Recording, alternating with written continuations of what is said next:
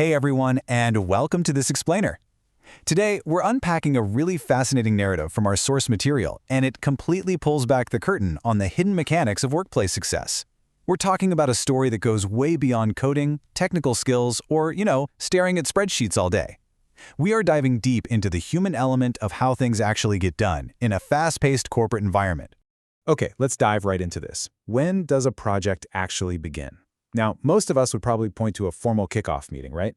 Or maybe a newly signed contract, or literally the very first day someone starts writing code. But as we explore the data and the narrative today, I want you to hold on to this specific question. It really challenges our basic, everyday assumptions about how work functions, and the true answer might just completely change how you operate on a daily basis. All right, Section 1. Meet the managers. So, our source material drops us right into a fast-growing company called CYZ Technologies. It's high stakes, it's high pressure, and here we meet two top-performing senior managers, Rahul and Sanjay. Now, I really want to emphasize what the source text makes explicitly clear right off the bat. Both of these managers are highly intelligent. Both of them lead incredibly successful teams. It'd be so easy to assume this is just some simple black and white story about a bad manager versus a good manager, but actually, scratch that, it's not. Rahul isn't bad at his job at all. In fact, the text notes that people genuinely respect his capabilities. They are both undisputed, absolute top performers at this company. Moving on to Section 2, two leadership styles. While their raw intelligence and their team's actual output might look absolutely identical on a performance review, their daily habits, how they actually walk through the office and interact with their peers, are just worlds apart. Rahul is strictly transactional. Whenever he needs another department's help, he only reaches out when there's an immediate burning problem. His conversations almost always kick off with this mechanical, high-stress phrase, "I need this urgently." He rarely shows appreciation, he skips the team gatherings. Basically, he uses his colleagues strictly as emergency contacts. But Sanjay? Sanjay takes a completely different, much warmer, and highly measured approach.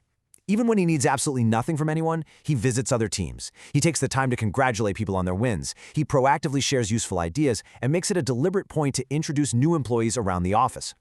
And this brilliantly illustrates Sanjay's whole operating philosophy. As the text quotes, relationships are built before they're needed. He isn't just networking to get some task pushed through that afternoon. He's intentionally laying a foundation. Because he gets it, the time to build a safety net definitely isn't when you're already in free fall. But get this, not everyone at the company saw it that way. In fact, the source notes that some colleagues actually laughed at Sanjay. They looked at all this proactive relationship building and literally said, he's wasting time talking to everyone.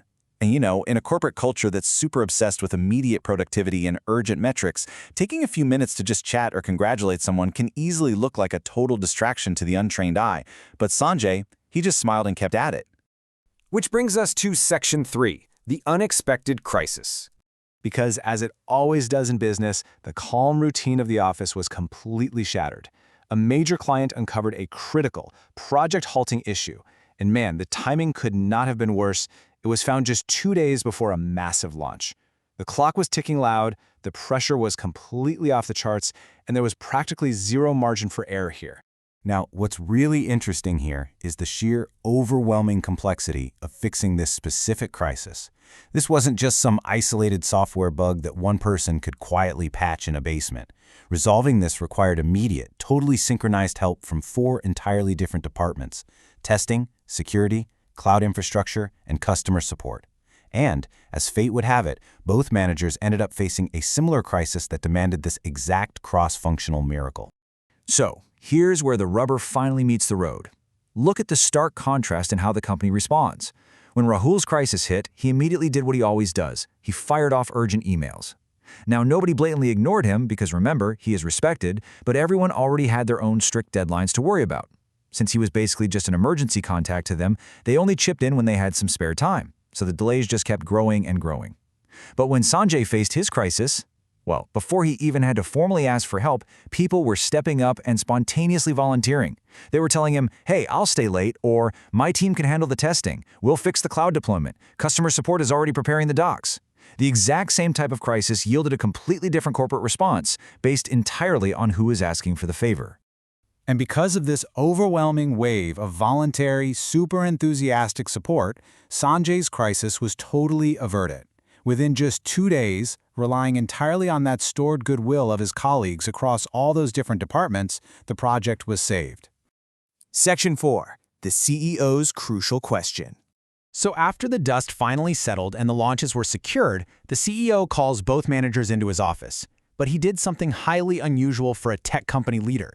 He actively avoided the technical aspects of the failure and the success entirely. Literally no talk about coding errors, no discussion about technology stacks, server loads, or deployment pipelines. Nothing. Instead, he just looks at both of them and asks one single question. When did your project actually begin? So the absolutely crucial point here lies in their fundamental understanding of where project timelines truly originate. Rahul, who's thinking strictly in terms of traditional business transactions, gives the textbook answer, when the client signed the contract. But Sanjay smiled and gave a very different, much deeper answer. He said, it began months earlier, when we started building trust. The CEO nodded in agreement with Sanjay and delivered what is really the defining lesson of our source material. Projects are built with technology, but companies are built with relationships. This right here is the core takeaway of this entire explainer. Technology, processes, human intelligence, they're all just tools, right? But the connective tissue that actually makes a company function and survive under extreme pressure, that's human connection. Let's wrap things up with Section 5, Building Bridges. Now, this profound realization didn't just end as some philosophical chat in the CEO's office. It actually sparked a real behavioral transformation in the aftermath, specifically for Rahul. He completely changed his framework. Number 1, he stopped treating people like emergency contacts. Number 2, he started investing actual time in getting to know his colleagues across the company. 3, he went totally out of his way to help them with their goals. And 4, he finally started appreciating them, actively acknowledging their hard work even when it didn't directly benefit his own immediate deadlines. And, the results were undeniable. Months later, because business is business, another crisis eventually lands right on Rahul's desk. But this time around, the environment was entirely different. When he looked around for help, he wasn't alone anymore. He had finally learned to build bridges before needing to cross them. Which brings us directly to the moral explicitly laid out in our source text. Build relationships before you need them. The strongest bridges are built long before the storm arrives. Social capital in the workplace isn't just a happy accident. It's a deliberate, proactive investment that you make on sunny days so that you are fully protected when the weather inevitably turns rough. As we finish up this explainer, I really want to leave you with this final provocative thought. Take a hard look at your own daily communications. Are you treating your colleagues like emergency contacts, only ever reaching out when you desperately need something? Or are you taking the time right now today to build sturdy bridges long before the storm arrives? Because the daily choices you make today might just be the exact thing that saves your biggest project tomorrow. Think about it. Thanks so much for learning with me.